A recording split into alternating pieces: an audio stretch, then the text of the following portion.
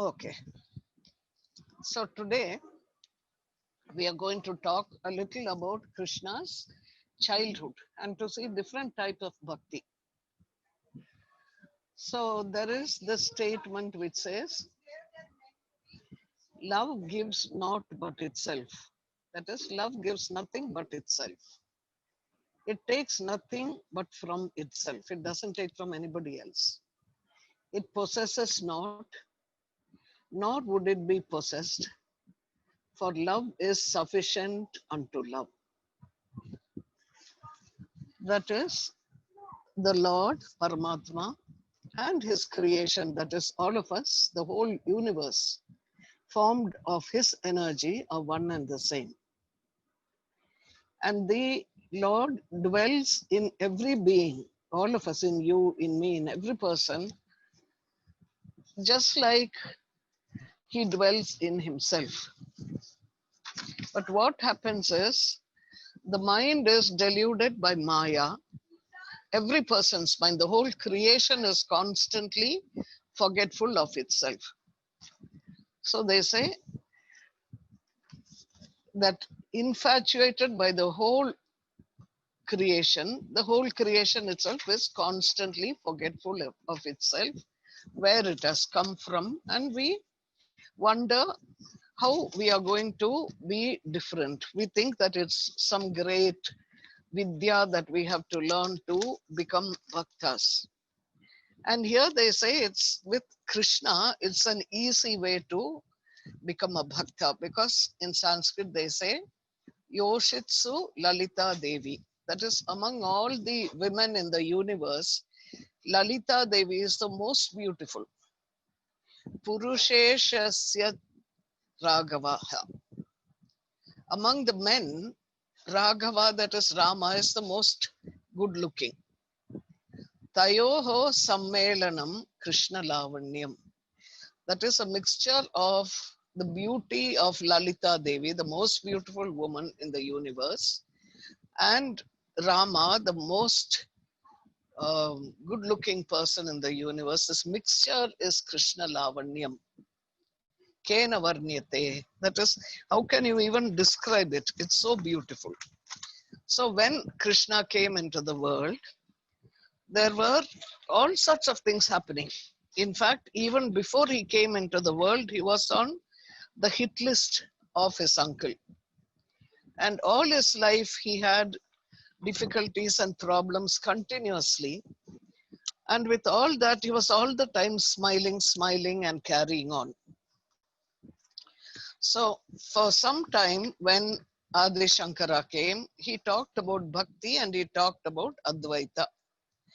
But after him, many people became so caught up with Advaita that it was just a concept for them. They didn't experience it like he experienced. So they started making it an intellectual discussion. And when you make something that you feel very, very deeply into an intellectual discussion, then what happens is that we lose out on the feeling. So then Ramanujacharya came. After Shankara, it was Ramanuja who came into the field and he started what the bhakti which was there in the Vedic system, which was there in the Upanishad system, but which had gone out because there was so much of debate and discussion and intellectual thinking that the emotional aspect went completely out.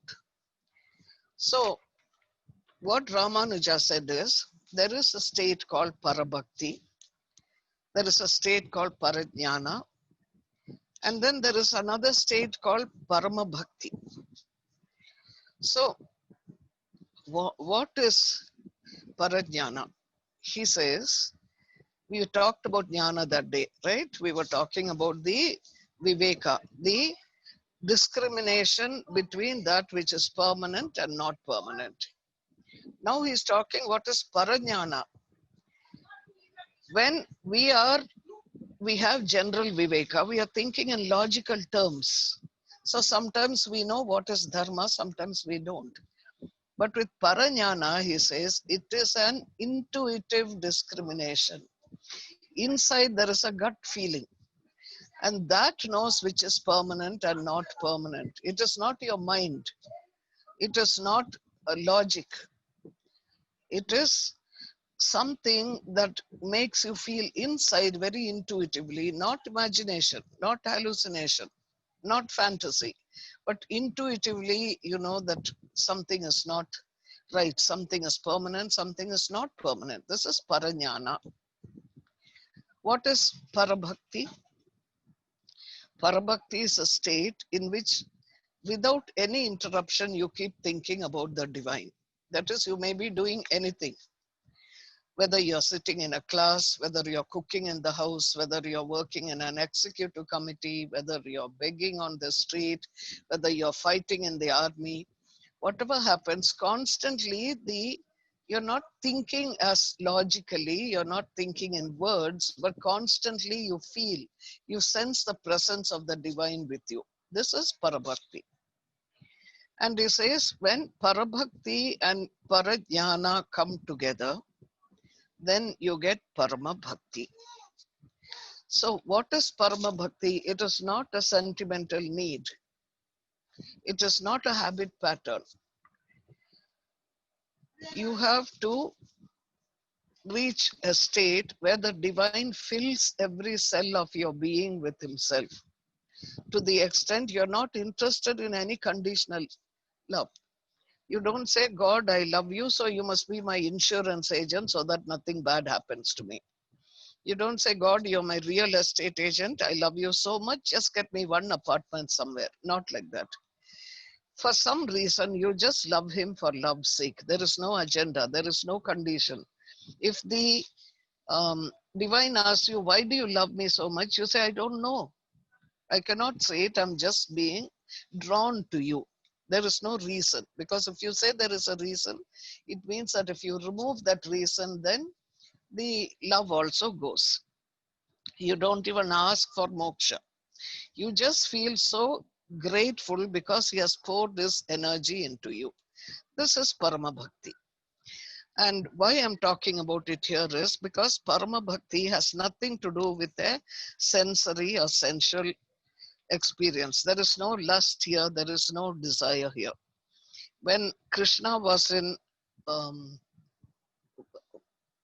Vrindavan, he was barely 5 years old. By the time he was 8 or 9, he had gone away to Mathura. So you can think of him and how the Gopikas were when if he was 5, many of them would have been 4, 3, or some would have been a little older than him, 6, 7. There is no romance, there is no sex. They are just great friends. They love each other so much. Not a physical relationship of any sort.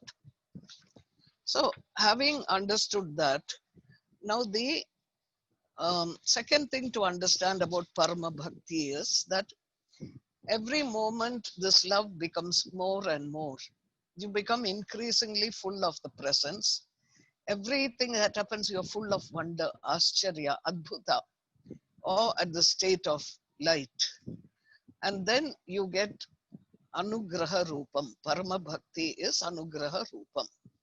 That is, it is of the nature of experience. It's not something that you're thinking about. It's not a concept. It's not abstract.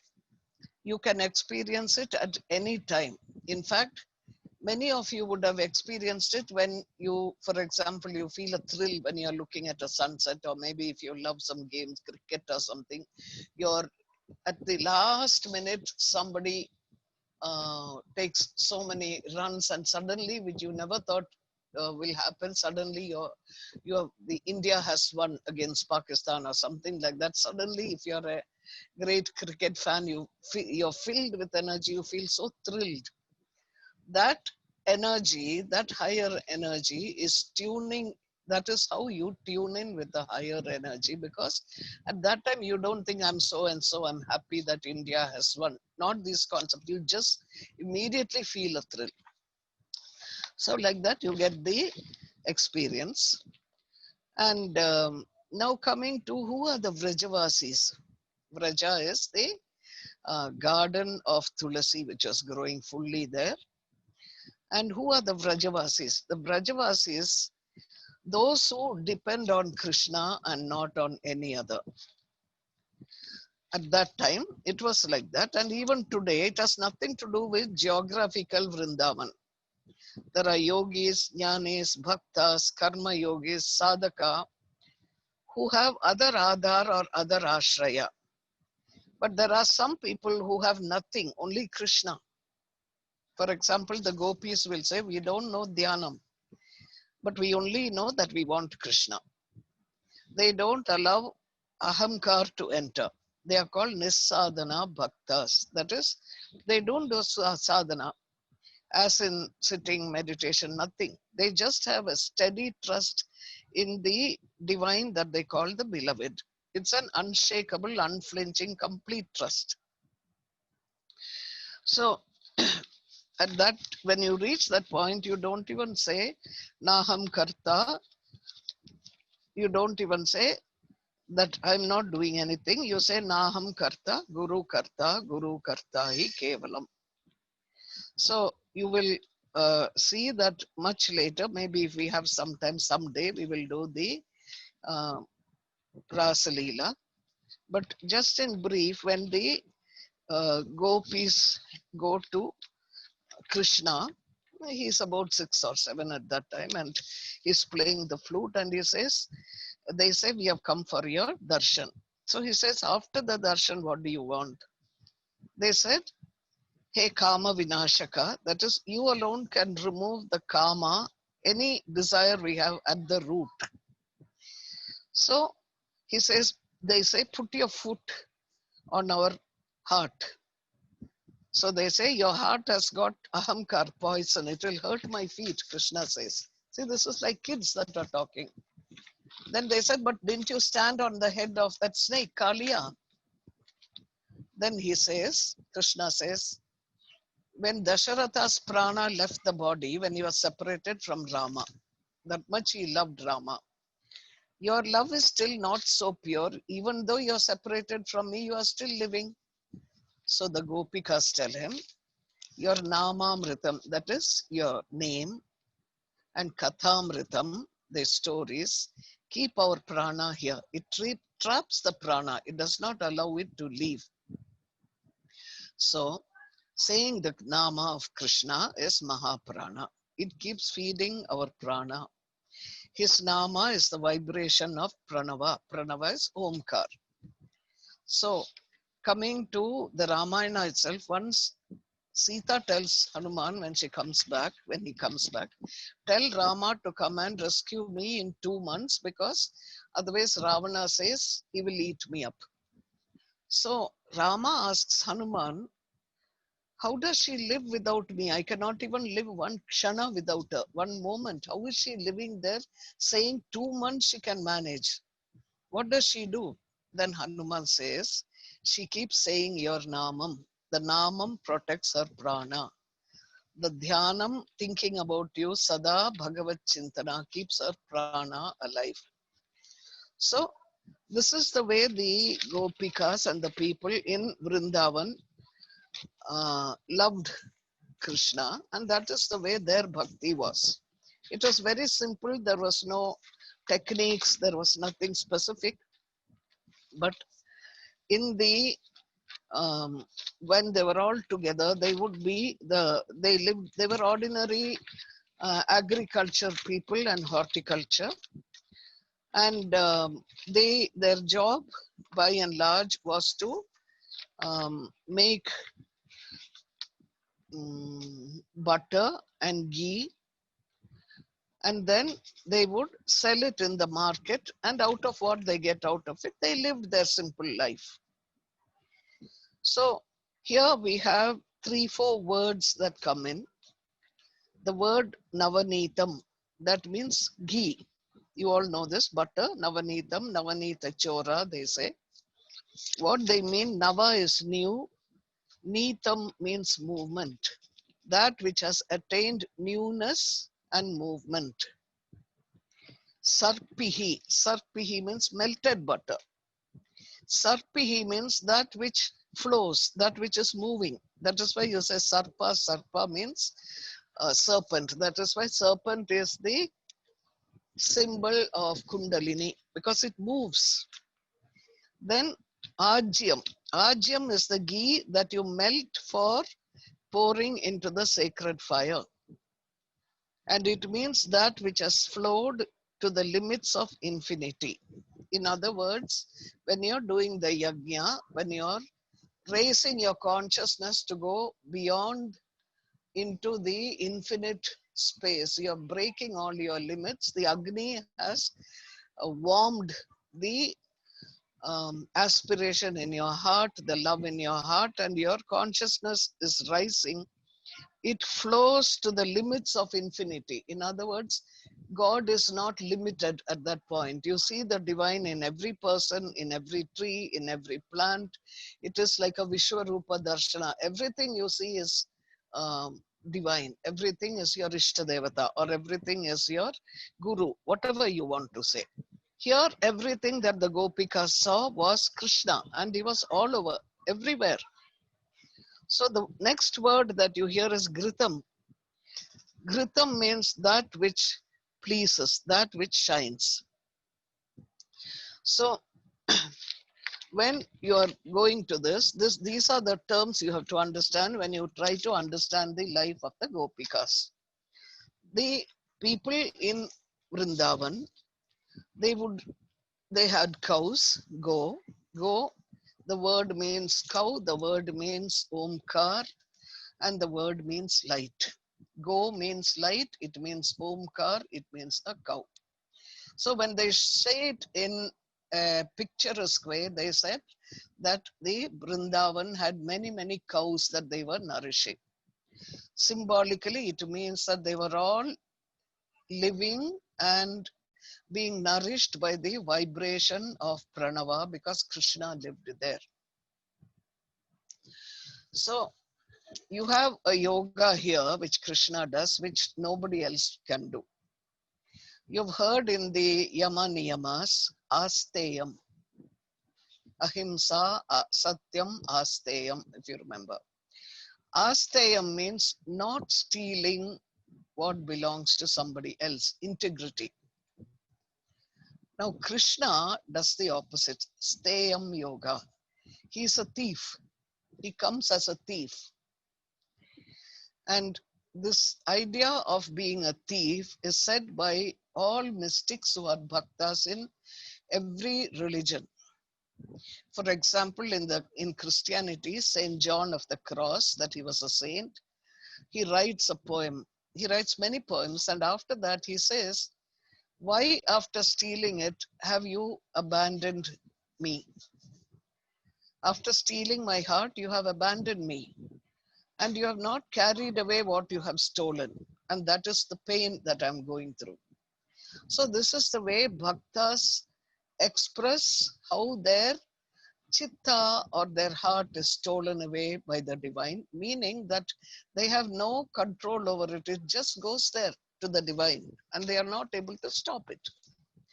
So when you come to, there are two ways of looking at the divine. One is transcendent and one is immanent. When you say immanent, it means he is present in everything in the universe, all his creation. Which means that it is not that God came once and entered creation. As creation is constantly happening, he is constantly entering it. He is always with us, but we don't see him. So it's a constantly occurring event in the Sukshma Shariram. That is why we don't see it. That is why Krishna says in the Gita, there was never a time when I did not exist, Arjuna. So you can't see Krishna as a historical personality. He was a historical personality, that's different. But Krishna as a divinity, if you make him into a personality which came in 19 such and such a thing year, it's an insult to the immortal eternity of Krishna. So Krishna is always manifesting new. Every time he is there. And it is because of that that we have the assurance that when you reach out for him, he will come new into your heart also. If he came so many years ago and disappeared, then there is no chance. But we are constantly vibrating with the Omkar, the Pranava. And each time the Pranava comes, he comes completely. And that is called the Navanitam, or the fresh butter, by churning the cosmic matrix. When um, the Navanitam, or the butter, is being churned by the Gopika maidens, it means that they are not just churning butter, that is a fact, an ordinary fact. But beyond that, these are the rishis who saw Rama walking in the Dandakaranya, and they felt this great need to go and embrace him. So they are thinking to themselves, they are all very great rishis. They are thinking, we have got away from sense experience. We are completely detached. We are completely vairagya. From where is this attraction coming to just this man who is so good looking? And that is something that happens when God comes and stands before you. You cannot help but being attracted because you are a part of him. It's like he's the magnet and you are the iron filing. So the Bhagavan or Paramatma sits in your heart and you are attracted through the heart towards the Paramatma. So when the girls are churning these rishis come as gopikas in the Krishna Avatara, because as I told you once before, the rishis have been constantly doing good all the time, and so every time they have to take the fruits of that action. So they come into good families, or they come into spiritual families, and they are constantly spiritually rising and rising. But because they are giving themselves to the divine, to Paramatma, they come back again and again to do the same thing. Now Krishna, that is Mahavishnu, realizes that so long as they give, they have to keep coming back, but they want to merge into him. They don't want to come back. So he comes, and when they have made the butter by churning the cosmic um, consciousness, or in other words, that's what the rishis did. Here the gopikas are churning ordinary butter, but that is what they have already done in a previous janma. They have churned the cosmic consciousness. Here they are only churning the butter in the houses, and because of that, the old memory, the old vasana is stimulated. And they have experienced this fresh butter that is coming up, the Navanitam, which is warmed by cosmic love and compassion. And because of that, they experience the divine everywhere. They see Krishna everywhere. He is pervading everything. That is what is called sarpis. His presence is felt in the entire cosmos, in the entire universes. They don't know it like that conceptually, but they just know that wherever they look, they find Krishna. And then they become illumined. So this illumination, they don't even understand it as gopikas. All they know is that all the time they are thinking and thinking about Krishna, and they don't know what is happening to them. And the last step in evolution is anugraha. And that anugraha is Krishna stealing butter. He steals into their hearts. The butter is the purified churning that they have gone through, which is so pure, nothing left of themselves. He steals into their hearts. He will break the pot to take the butter.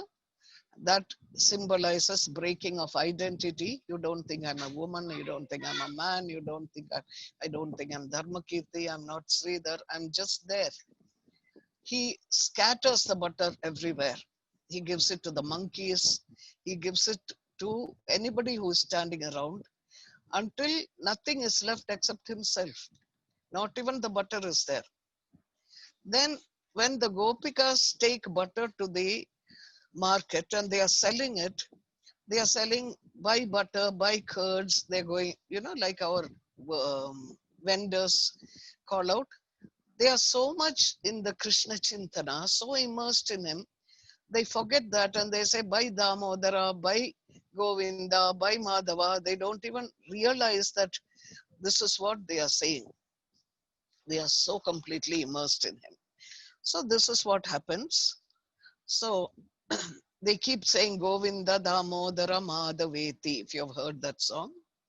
So one day what happens is the maid, the Gopikas are very busy because there is an annual feast for Indra because he gives the rain. And when the Bhagavatam will say the maid was busy. The maid meaning the person who is working there, she is an extension of her employer. The mind, in other words, the mind is the employer, the senses are the maids. The mind and the senses are busy with the rituals for worship of Indra or the illumined mind. That is the highest psychic dimension. Yashoda, his mother, she herself churned the butter and she kept the milk on the stove to give it to him. At that time, he must have been about 2 or something. Sometimes we do what is necessary in the world.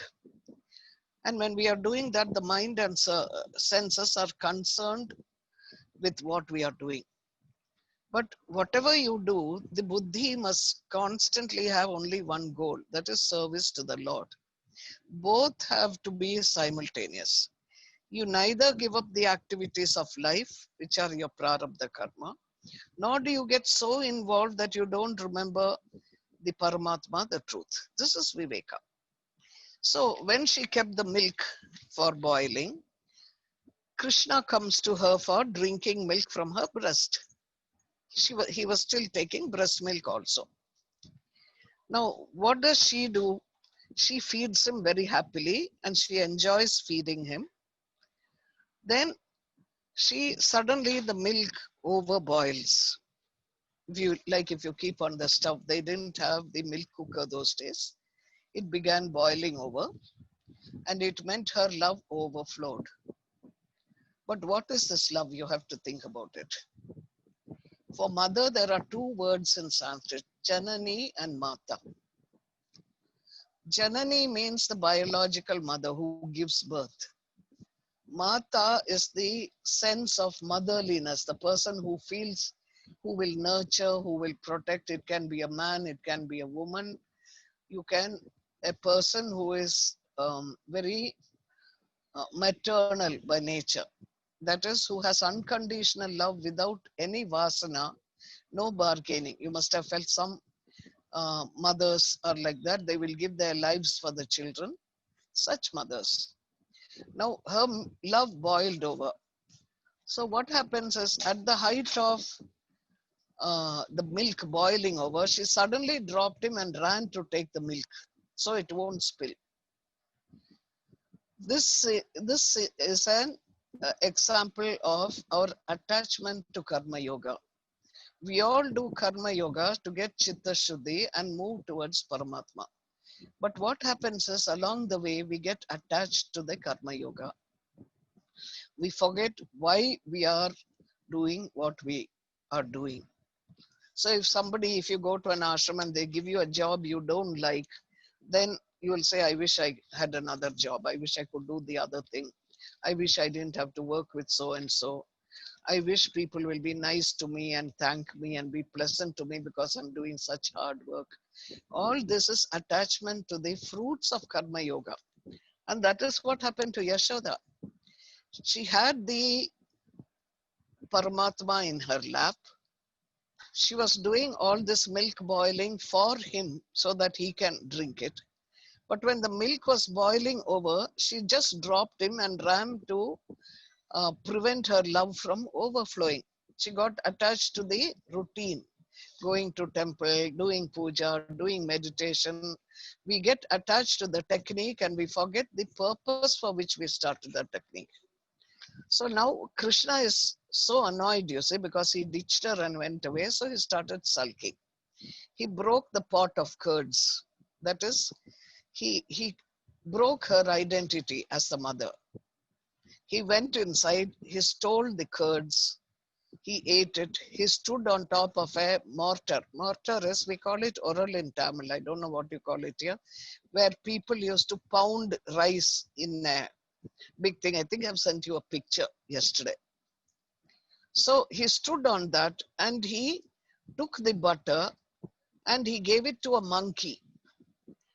And then he ate it himself also. Why monkey? Because it represents the non-viveka state, impulsive, impish. He's telling her, you're so impulsive, you didn't even bother about me. Here I am, you're doing all this for me, and I am here and you're forgetting about me and going to do the work. So he steals her chitta. Not even the left vessel is left. He breaks the pots also. Identity is broken. Only he is there. And even then, she's not able to handle the love. Sometimes Swami Satyananda has talked about Bhakti Yoga. And he says sometimes you have so much love that no one person can receive it. It has to be for the whole universe. Otherwise, it's not love. It's attachment. But she could not handle that much love. So what does she do? She kept her identity even though he broke it. And as a habit, she took a stick and she ran behind him. She followed him with a stick. And seeing her coming, he too kept running. So the Bhagavatam says, even the yogis through many, many janmas could not reach him. But this woman, Yashoda, caught and threatened him. So he started crying, rubbing his eyes and his kajal, which he had put on the face. He was a kid, you see. It was all over the face. And we have to remember that even we demand the fruits of action very, very subtly. For example, you teach well and you say, why can't the student get first class? And when you're doing that, the Lord is actually crying, Paramatma. He's saying, you're doing the work for me, Chitta Shuddhi, to reach me. Why are you worried about the fruits? Don't you still understand what you're doing it for? So that is why, you know, about the other day I told you about the story of Al-Haq, Anal-Haq, Mansur, who kept saying, Anal-Haq, Anal-Haq, I am Brahman, I am Brahman. And when others did not know and they threw the stones, it didn't hurt him because he knew better. And he said, you're not fooling me, he's saying it. He's talking to the people because he sees the divine in the people. He says, you're not hurting me at all. I know you are just fooling around with me. I know you're throwing it. You are my beloved. So she caught him up finally and she wanted to tie him up. Sometimes when you have a child in the house, especially if you're locked in, you do feel like tying up the child sometimes. So what did she do? She found a string and she tied him. But she could not bring the two ends of the string around him. Though he had such a small waist, she went and got some more string and she added and added and added. And Shuka Brahman, who is telling this story to Parikshit, says, how do you tie the omnipresent? He's neither in nor out. He's neither before nor behind. He is not in front or at the back. He is the universe itself. So all the ropes in the house were over. Still, she could not get the ends together. But seeing her perspiring, she was smiling. She was not cribbing and demanding. So when you smile, you remember the ego is not present. You have removed the barriers. That is why when we find people we love, we smile at them because they are us in a way. So Krishna then saw her not cribbing, not grumbling that she can't get a string. She was smiling and smiling, though she was perspiring. And Krishna allowed himself to be bound. Only 3 people were able to bind him in all his life as the avatar. One was Yashoda through her karma, the Gopikas through their bhakti, and Sahadeva, one of the Pandavas, through his jnana. So with surrender and grace, if a person serves the Paramatma, in all manifestations, karma yoga becomes bhakti. pure love is an attribute of Mahaprana. Mahaprana is the umbilical source of all creation, so to speak. It is the Lord's Mahaprana that takes care of us. Neither Brahma nor Shiva nor even Lakshmi received this grace from Krishna as Yashoda did, says Shuka to Parikshit. And Krishna came to remove three types of arrogance, mada. Out of the moha, mada, matsarya, you have that, the six enemies. This is madam, is arrogance. And we have three main arrogances. Kula mada, that is for our family, our lineage, our community. We always say in our tradition, even with the ashram, sometimes we say, this is our tradition, this is our lineage, and there is an arrogance sometimes. We are not just grateful that we have got this, we feel like it's like a flag that we want to say, Bihar School of Yoga, let's wave a flag. See how special we are. But that is called madam. Vidya madam. When we are knowledgeable, then there also I know so much. Wow, I must be such a scholar. This is also a madam. Dana madam and dana madam. Together it comes. When you have dana, you do dana, and then you feel how much I'm giving everybody. I'm such a philanthropist. That is also arrogance. So what does Krishna do? Yashoda had no arrogance here. She was just pure, full of vatsalya, motherly love, matrutvam. So she ties him up to this mortar. And what do they do in that grinding stone? Usually they put paddy in it and they pound it and remove the husk. So the mortar is always symbolic of removing karma through karma yoga, not to make more karma. So at this time, when she had tied him up there, a gopi came running because she found Krishna in her house eating butter. So she said, this Yashoda never believes me when I say that he is eating my butter. So let me lock him up in the room as proof and let me go and bring Yashoda.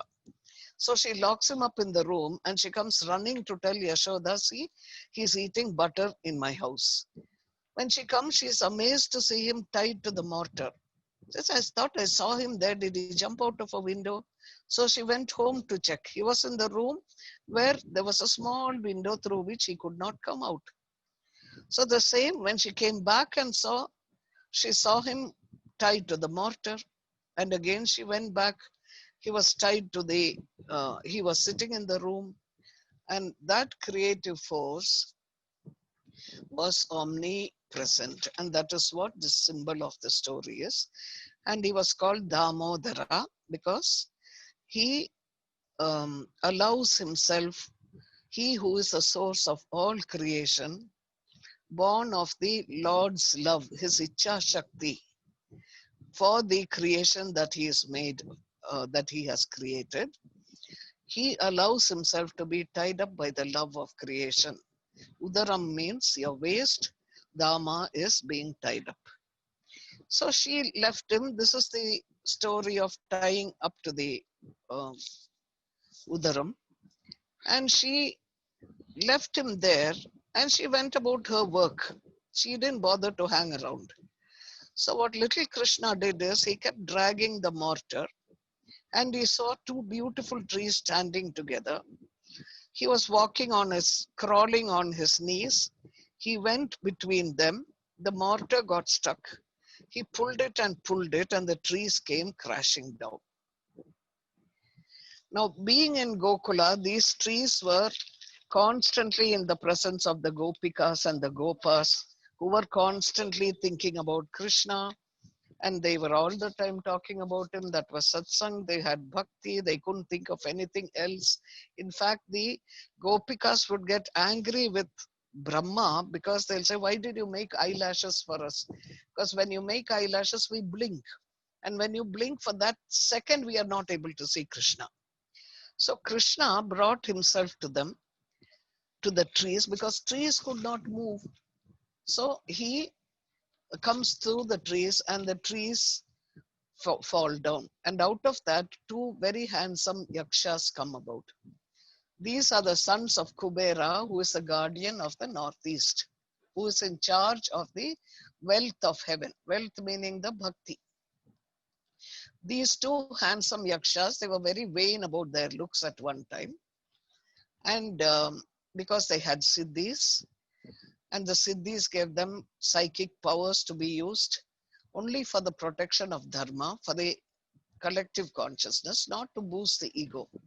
Any skill that comes to you is not to make you feel proud, madam. It is given to you so that you can share it with other people who do not have those skills and who may have other skills. So he, when these people were very proud, very arrogant about their looks, by the will of God, the Bhagavatam says, that is, only Paramatma knows the right time for anugraha. He's always there, but at the right time, he gives you the anugraha. And what is the anugraha? The guru comes there. Narada reaches there. These yakshas were playing around. Half of them were half nude. The apsaras they were playing with, they covered themselves. They were modest. But the yakshas, disrespectfully, they started playing nude just to irritate Narada. And he felt sorry for them because they are so caught up with their physical beauty. So he cursed them. And this is another place to understand that when a sage wishes you well, he curses you, and the curses become blessings. That is, a difficulty becomes a blessing. It is not a punishment, it's a way of liberation. So he tells them, who does your body belong to eventually? Is it to your employer who gives you food? This is Shuka asking Parikshit. Is it to your father who creates you? Does your body belong to your mother who nourishes you in the womb and outside? Or to a powerful man like the king, who is entitled to employ him, like the prime minister today, the leader? Or to the dog or the worms or the fire which will devour the body after death? Without any such reflection, the rich, arrogant man thinks he'll always be in control of life. So arrogance won't let him move forward on the spiritual path. Only when one is completely helpless, then the saints take pity and lift him up. So he thinks, I'll make them trees because they will be rooted to one place. They can be unbending. They will be uncovered like they are now. So the pride will leave them, but their awareness will remain intact. And after 100 Deva years, the time Krishna will come and the liberation will happen by the touch of Krishna. So these two trees, they were called Nalakubara and Manigriva.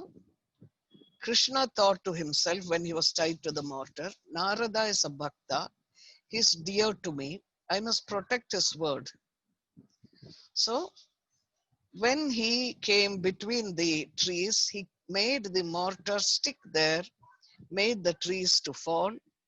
The yakshas were liberated and two bodies of light came out of those yakshas. And then they understood that this was Paramatma. So they worship him, saying that you are the undisputed governor of the body, the Atma and the Indriyas. You are Kala, time. You are Almighty Vishnu. You are Prakriti also, with Rajas, Tamas and Sattva. You are the cosmic mind, Mahatattva. You are Purusha, the consciousness propelling Prakriti, your own energy. You cannot be grasped by anything in Prakriti or its modifications. You have no form and yet you come as an avatar, just to liberate everybody else. Seeing you because of the grace of our Guru Narada, you have given us your auspicious darshan and we have been liberated. So Krishna is, remember, he's still a child. He's tied to the mortar and these people go around him doing pradakshina around the Krishna who is tied to the mortar. So they bow down and left. Hearing the sound of trees crashing down, all the Gopas and Gopikas came running and they said, "What happened? What happened?" Then the kids playing there said, "Krishna made the trees fall and two men of light came out of the trees." So what did the elders do? They all thought these children are just imagining. You know how children imagine things. And you think it's imagination, but sometimes children see so many things that we don't see ourselves. So Nanda, that is his father, foster father, thinks this is all apashagunam. So many things are happening. It's not good for his son. So he tied a thread to the hand like Raksha, unbound Krishna and tied a string over his hand like Raksha. And to Parikshit, Shukha says, see, Nanda himself was bound by the Paramatma and he is tying a thread around the Paramatma's hand. Then the Gopikas fussed over him. Then he told them that they told him, "You better obey us, otherwise you will get into trouble like this every day." So they said, "We'll give you butter, you don't have to steal it. You bring the stool and come." So he would go bring the stool. They'll tell him, "If you dance, we'll give you butter."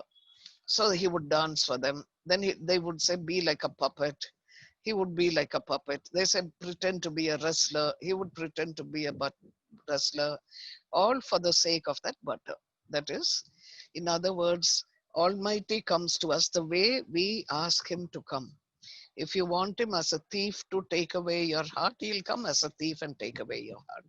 You want him to be an enemy like Ravana wants him to be, he'll come as an enemy. You want him to come as a politician, he'll come as a politician. Whoever knows his greatness saw his submission to the will of his dasas and dasis. That is, Krishna was such, or Paramatma is such, that if you love him, he becomes your servant's servant. That is the understanding of Krishna. So this is the bhakti, a simple bhakti which does not live on techniques, which does not live on concepts, that it was just very simple and loving, and everything was seen as the being that they loved, this little child that they loved. We'll have a few more stories tomorrow, because now it is 5 minutes to 9, right? So if you have any questions here, you can ask. I hope you understood it and you like the story. Yes, Swamiji. Look at the pictures I sent you and you will see some of these stories are there. And more than anything, when you see kids, why do we say so cute? If you see a kid's picture or anything, we say so lovely and your heart melts, no, temporarily. If you have a child in the house, or if any child comes to the ashram or anybody comes to your house and they are very simple, then you feel a love for this child. Why? Because a child has no ego. So you are not threatened, your heart is able to melt. And Krishna, because Rama was a little distant compared to Krishna, the times were difficult. So Krishna came in the form that you call Saulabhya. That is, he's easy of access. You can get him easily. The cowherds got him there. The enemy Kamsa got him. Whoever wanted him in whichever form. Arjuna wanted him as a guru. Draupadi wanted him as a companion, friend. Rukmani wanted him as a husband. Radha wanted him as a complete, pure beloved without any sensual attraction. The Gopikas wanted him as a companion to play with. Everybody saw him differently and he could assume so many roles for every person, meaning that God is omnipresent and omnipotent. Whichever way you want, he will come to you completely. And when he comes to somebody else completely, it is in no way less than you. There is no need for envy or jealousy because he has enough to give everybody and still remain complete. So when you sit for any puja or anything, you say, God, come and sit next to me. God, come and sit next to me. And when I'm praying to you, you also accept the prayer and pray along with me. Because next story, I'll be telling you about the Vastrapaharana, where he removes the clothes of the Gopikas and the symbolism behind it. And you'll see that there,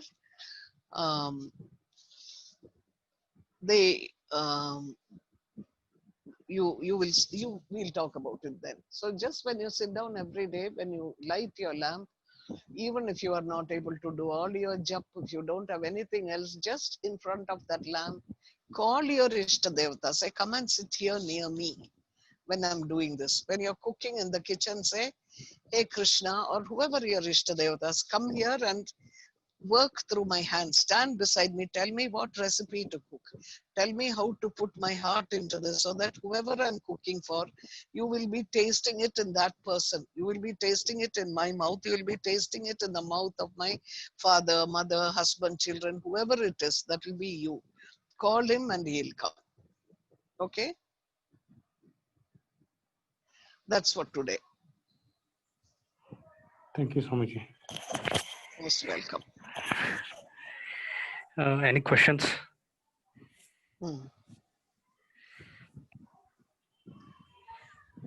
I don't think any questions are there. We'll end here itself.